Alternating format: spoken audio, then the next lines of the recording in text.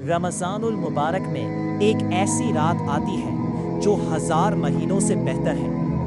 कुरान में अल्लाह ताला फरमाते हैं, लैलतुल क़द्री खैरुम मिन अल्फ़ि शहर, यानी शब कद्र की इबादत तकरीबन 83 साल की इबादत से बेहतर है। इस रात बेशुमार फरिश्ते ज़मीन पर उतरते हैं और अल्लाह की रहमत नाजिल होती है।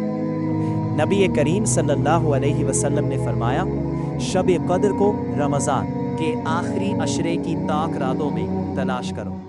नबी करीम सल्लल्लाहु अलैहि वसल्लम रमज़ान के आखिरी अशरे में एतिकाफ फरमाते और सहाबा कराम से कहते, शब कद्र को रमज़ान के आखिरी अशरे में तलाश करो। ये वो रात है जिसमें फरिश्ते ज़मीन पर उतरते हैं। हज़रत आयशा रज़ी अल्लाह अन्हा ने पूछा, या रसूलुल्लाह, अल्लाह या पाक, अगर मुझे शब कद्र मिल जाए तो मैं कौन सी दुआ पढ़ूं?